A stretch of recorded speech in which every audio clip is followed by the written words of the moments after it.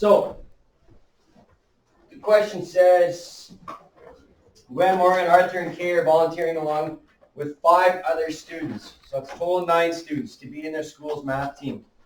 All the students have equal ability. Determine the probability that Gwen, Morgan, Arthur, and Kay, along with 1 other student, will be chosen to fill 5 spots on the team. So, we've got a team of 9, right? We need 4 of those people to be on that team and 1 other. Okay? So I've got to pick 4 of them. They need to be picked. And then I got to pick 1 from the rest. So the first thing that I always do is I look at the total. Because then that kind of gets me thinking in the right direction. All right? How many ways can I pick? So if I ask you how to find it, how many ways could I pick 5 people from 9? What's that? Yeah. How do you do that? I need to choose 5 from a group of 9. No, I want you to tell me how to do it. Let's just talk to No, come on.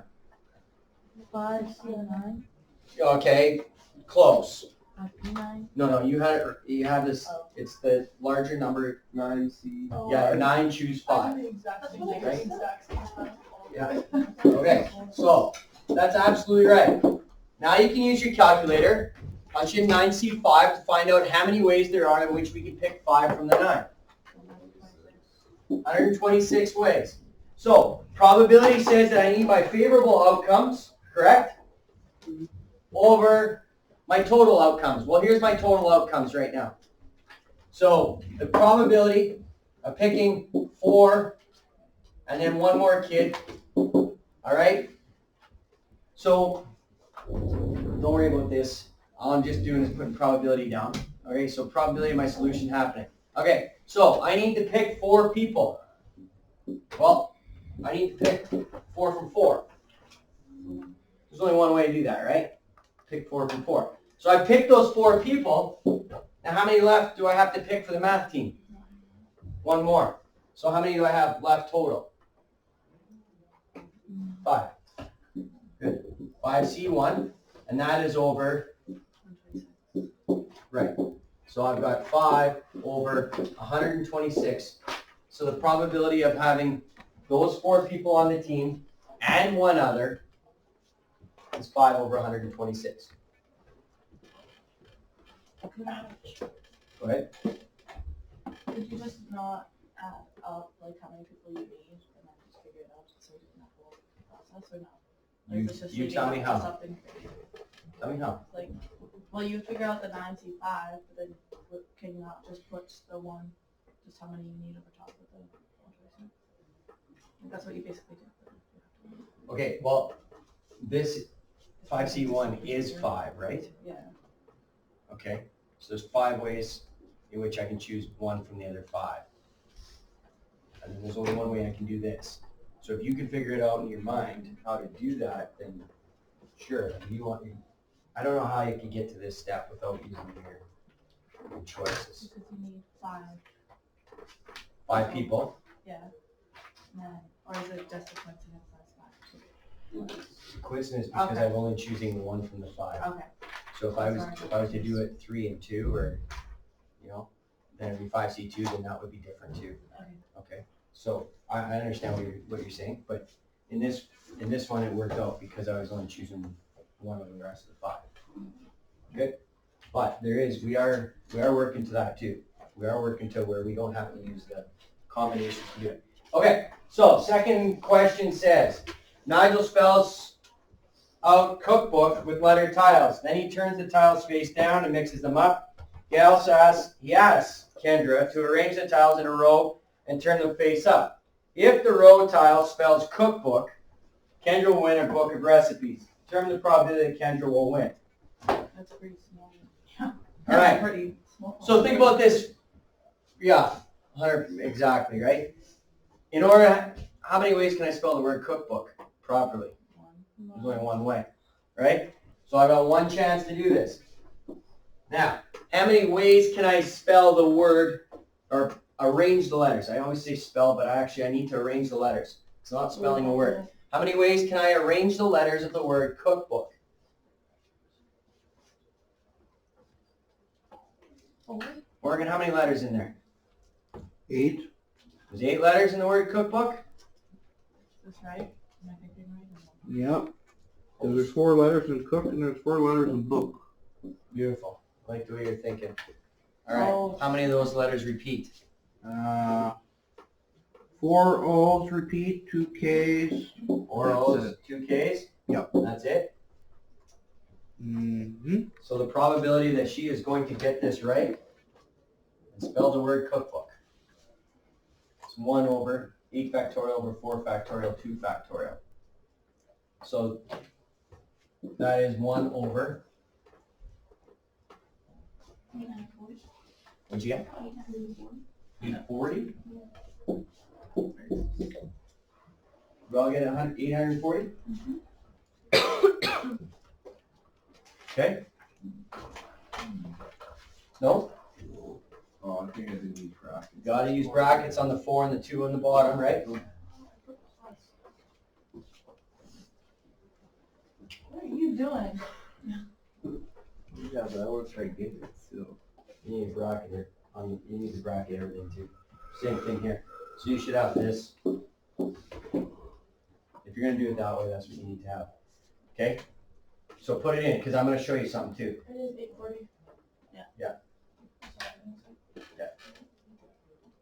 Okay, if you put this in as it looks right here, it's gonna come out as a decimal.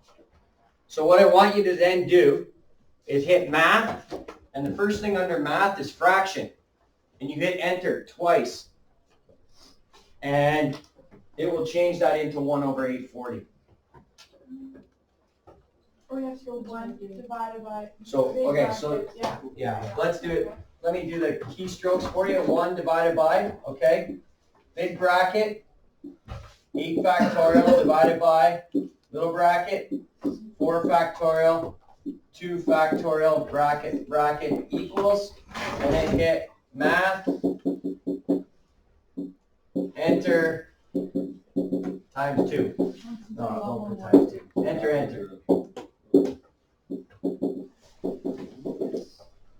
And that'll change it. Say it again. Well, in all honesty, I would do the 8 factorial, 4 factorial, 2 factorial by itself first, and not do the 1 with it. But I'm just showing you how. Ooh. So if you're doing something in which you can, in which we can get a fraction, and it comes up as a decimal, and one thing is a fraction, that's how you use your calculator. Hit that math fraction, and it'll give it to you. Did it work? Yep. Perfect. I added in your keystrokes, got a number, then I put math, frac, enter, you get the fraction, and then enter again, and I got 1 out of 840. Perfect. Which math thing are you talking about? The math button. The math button. Oh, just the math button? Yes. Okay. And then you have to press it twice, right? You have to hit enter twice, yeah.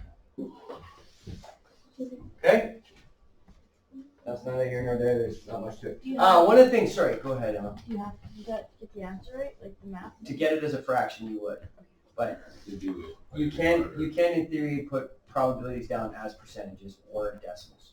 Okay? One of the things I forgot to show you yesterday, Mary, you brought the question to me yesterday. Which one was the 4 outcomes? The die, the sum. Which one was it? Oh, I remember that. Oh, 9 on 125. Or What about number? maybe not. Number No, 2 not that one. on the page 121. That 2 one? on 121? Yeah, that's one. Okay, so the easiest way, and you're going to get questions like this all the time, because they expect you to know cards and they expect you to know dice. So when they're using the sum, so in this case they were using the sum, the easiest way to do this question is to write out the sample space. So I go 1, 2, 3, 4.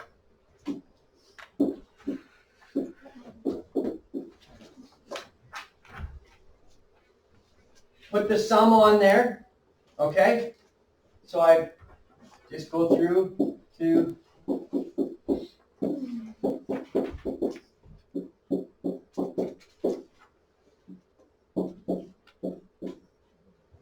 there's all my possibilities, right? So how many possibilities do I have when I roll 2 dice and I get the sum of them? 16 possibilities. Okay, so it says, what was the question you guys brought to me? The multiple choice question. Which of the following choices would make game B in question 2 unfair? Angeline wins if the sum is 5. Marco wins if the sum is 4. Well, how many outcomes are there if there's a sum of 5? 4. 4. And how many outcomes are there if there's a sum of 4? 3. Is that fair? No. No. There's your answer to the question.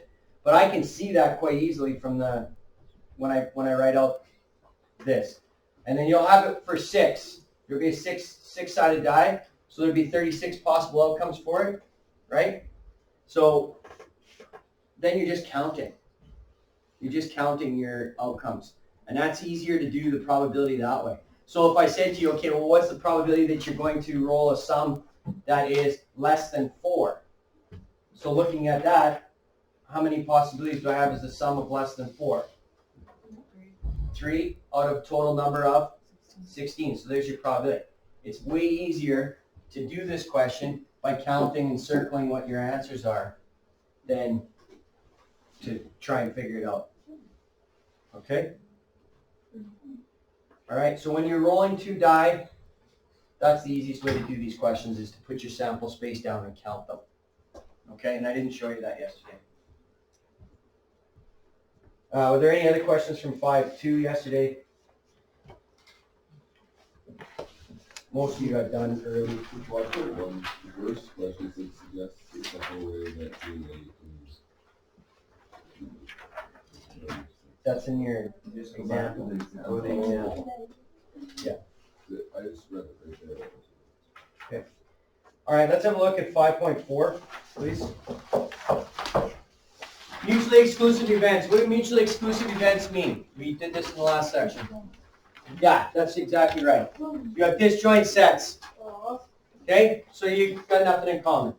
That's mutually exclusive. So, in other words, you don't have, whatever happens on the first has no effect on what happens in the second. Now this has a different meaning for probability, so we want to look at it. Okay, so when we were looking at mutually exclusive events, so if I wanted to, what we did before is we had, okay, I want to pull a queen or a 4 in a deck of cards. So how many outcomes are there to pull a queen or a 4? 8 out of 52. You take all of one, add it to all the other. What if I wanted a queen or a black card? 28 to 52. 28 out of 52? Yeah. Okay, so all of the queens are 4. All the black cards are 26, and we subtracted the 2 black cards. Yeah. Black queens, right? So then I end up with, how many? 28, that's right. Okay, do the same thing with probability. What is the probability that I get a queen or a black card? So, probability of a queen or a black card is the probability that I'm going to get a queen plus the probability that I'm going to get a black card minus the probability that I get a black queen. It's terribly racist, I know. Oops. Awesome. All right, we're going to post this one. Okay, so probability of a queen and a deck of cards, 4 out of 52, right? Probability of the black card, 26 out of 52, and the probability of 2 black queens, minus 2 out of 52. Okay, so we do the same thing. Okay, so we end up with, instead of just the number, the total number, I now have a probability of doing it. Okay, so if they're mutually exclusive from each other, meaning they're disjoint, then I don't have this part of it right there, right? I just have all of one and all of the other. Okay, so far? No, so if they don't overlap.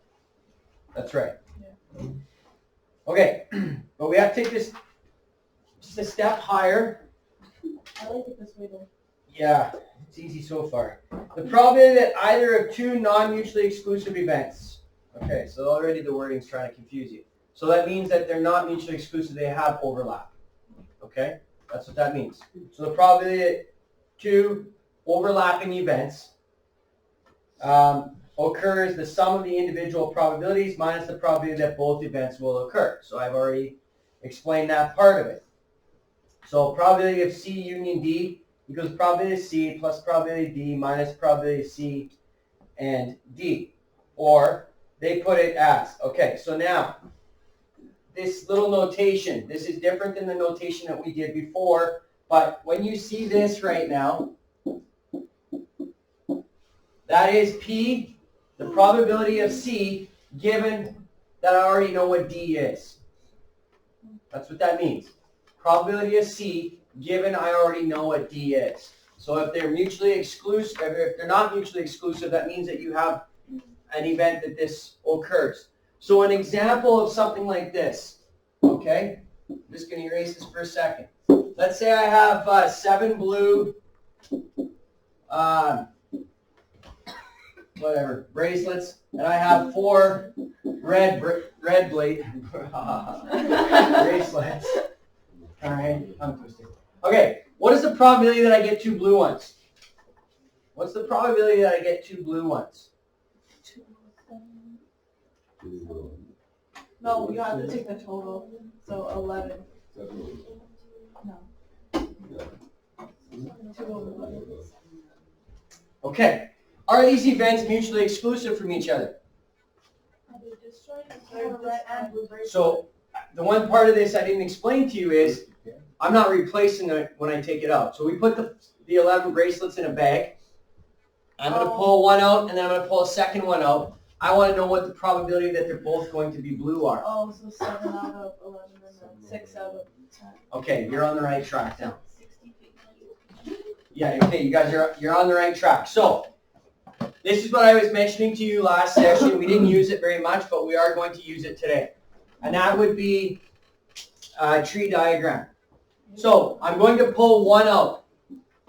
So on the end of my branch, I'm going to put my outcome. Okay? So my outcome here is blue, my outcome here is red. Okay? I'm making it up. All right? So what's the probability of blue on the first one? 7 out of 11. And what's the probability of red on the first one? 4 out of 11. Okay. I got to pull a second one out. Now, no replacement. No replacement. So now what's the probability of blue? 6 out of 10. 6 out of 10. If you pick the blue. And for red then on the second one? 7 out of 10. 4 out of 10. 4 out of 10.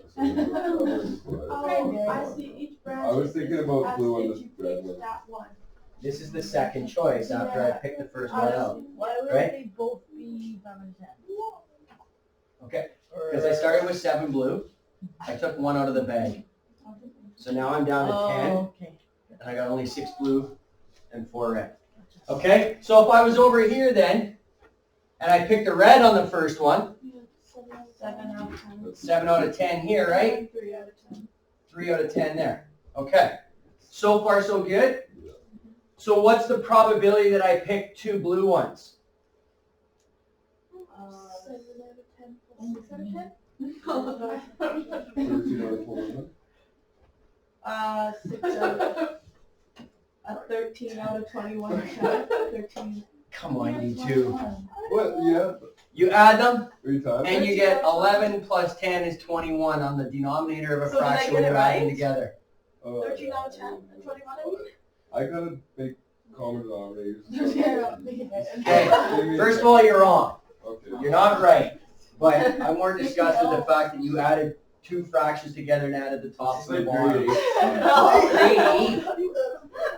Grade 7, yeah. I would say you're shooting pretty high there, bud. I would think it's probably grade 4 or 5 stuff. 4! You add 2 fractions together. like Wilkie taught me this in grade Yeah, 7. no, we All right. don't do this in What we do is we multiply branches together. Now I want you to think about that as I'm going to write this out. If I, first of all on the first one, what was the probability of blue on the first one? 7 out of 11. It was 7 out of 11, right? And the probability on the second one then was 6 out of 10. Okay? So I'm going to multiply them together to get my branch. So it becomes 42 out of 110. There's my solution. Okay? So, yeah, you would reduce it, yes. So 42 out of 110, that's your solution for 2 blue. Okay, so far? All right? If I asked you, okay, what is the probability that I get at least 1 blue? At least 1 blue. So what are all the scenarios here that I get at least 1 blue? Can we skip this question? Yes. 7 out of 11. Come on, let's go, focus. 7 out of 11. No. I want to know what scenarios give me at least 1 blue. Look at the board here. You pick a blue. What are all the outcomes that I get at least 1 blue when I choose 2 bracelets? 7 out of 10. No, I don't want numbers. Say, you do a blue, You pick a and blue. you do a red and a blue, or you do blue and a red. There you go. Okay. So, What? It's basically my just- scenarios are blue, blue, red, or red, blue, in which I get at least 1 blue. That's my scenarios. Now, to find out what the actual probability of that is, okay, 1 of 2 things. I can just simply go through this, so that's 42 out of 110, right? This one is 28 out of 110. And this one is also 28 out of 110. And I add those all together. Yeah. So I got 42, 28, and 28. Right? So that is what? 42, so that's 56 and 42. So that's 98 out of 110. Would we agree? Sure. Okay. What's the one scenario in which I didn't get a red? So that probability of a red is what? Or a blue red. No. Oh, there I You go. still get a blue. Oh, there it is. Can we do it? So that would be what? 12 out of 110, would you agree? A red? Yeah. So I could have also taken 100% and subtracted 12 out of 110 and would have got 98 out of 110 as well. So, okay. So the tree diagram is one of the best ways to work with all of these questions with probabilities. Okay? Because you can see your outcomes. So when you write them out, there is a proper way to do a tree diagram too that is going to be evaluated on your exam. And that is your outcomes have to go at the end of the branches and your percentages or your probabilities go in the middle of your branches. Okay? So again, you multiply branches together and you add up if there's different cases, scenarios, just like we did in the last section. Okay, so far? Take a look at example 1. Is there any questions about this? I don't find it that it's going to cause you grief yet. So I understand the end and the first part. At the beginning of the question, why is 7 out of 11 and 4 out of 11? I tried figuring that out, and As I said, there were 7 blue in the bag, yeah, 4 red in the bag. it adds up to, oh, okay, now I understand. Okay. Okay? All right. Are we okay? I have a grant. All right, I'm going to look at this second question here, this example 1. Jennifer rolls 2 4-sided die. Determine the probability that she'll roll a sum that is either 6 or an odd number. So she wants a sum. Probability that the sum is a 6 or an odd number. Okay, first of all, is this mutually exclusive? The sum is a 6 or an odd number. There's no sixes can ever be odds, so it's not mutually exclusive. That's right. So this is mutually exclusive. You have disjoint sets. Exclusive means separate, right? So this is mutually exclusive. So what are the probability that I'm going to get a 6? So how many scenarios are there? Three. 3 scenarios out of a total possible of 16. 16. And how many odd sums are there? 8 out of 16. So what's the total number of ways in which this can happen? 11. Right. And if I didn't want to use this, all I would do is take my chart and count. And you'll get 11 out of 16. So if you don't want to use your setup up here, then just count your possibilities on that. Okay? Xavier rolls 2 4-sided dice. Determine the probability that he will roll a sum that is either even or greater than 5. Is this mutually exclusive? The sum is even or greater than 5. Are there sums greater than 5 that are even? Yes. Yes. So then it's not mutually exclusive. So therefore, we've got to go plus, plus, minus, basically. Or just count them again. All right? So let's look at the chart. How many are even on there? 1, 2, 3, 4, 5, 6, 7, 8. 8 are even? I missed the 8. Yeah. 8 are even, yeah? And how many of them are greater than 5 that we haven't already counted? 2, 4. 2. 2. Oh, just kidding. Just the sevens. Right? So then total that makes 10 out of 16.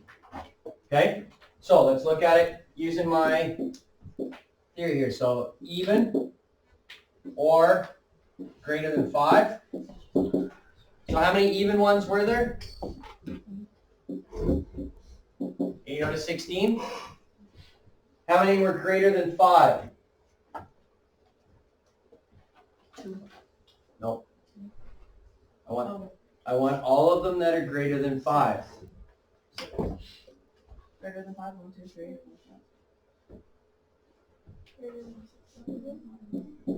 And how many of them greater than 5 are even? 4.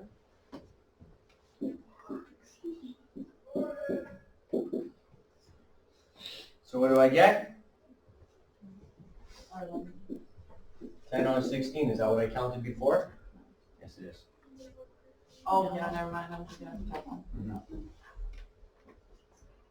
Okay, well, I lost somebody here. I feel like I'm losing you completely. Yes, no? Kind of, yeah. It seems really simple. It is. It is right now, especially if you can write out your sample space. Okay? We all right? Oh, I did say that I'm a little lost. You're both. I did hear it. Where you lost at? So, Do you understand the question? Let's start with that. It says, when you roll 2 4-sided die, and you add the sum of them together, you have 16 possibilities. yeah, I understand that. You see your chart? Yep. There's 16 possibilities. How many of those possibilities are even, Morgan? Even? The numbers in the chart here. They're shaded for you, Morgan. Okay, I'm counting. Good. 8. There's 8 even ones. So you have 8 out of 16 chance of getting an even one, right? Right. How many of them are greater than 5? 2. Oh, no. 5. No. 1, 2, 3, 6. 6. 6, yeah. So I got 6 out of 16 there, right? How many of them are both even and greater than 5? Both even and greater than 5. 4. That goes right here. So I subtract the ones I double up. And I end up with 10 out of 16. Okay. And I understand, okay, that part seems pretty straightforward. It's cleared up. But why do I do that? Why do I find...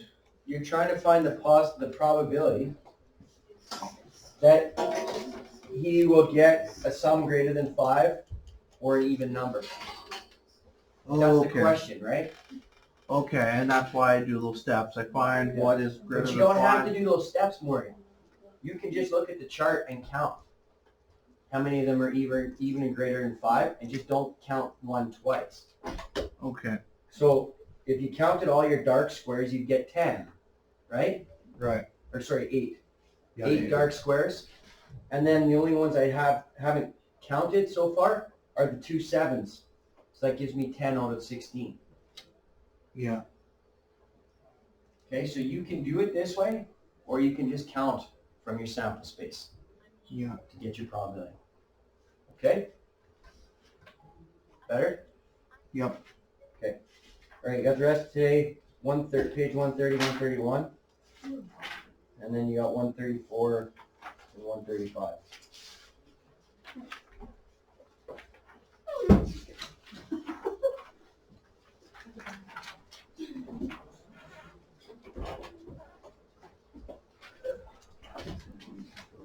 Play a game of hang on real quick.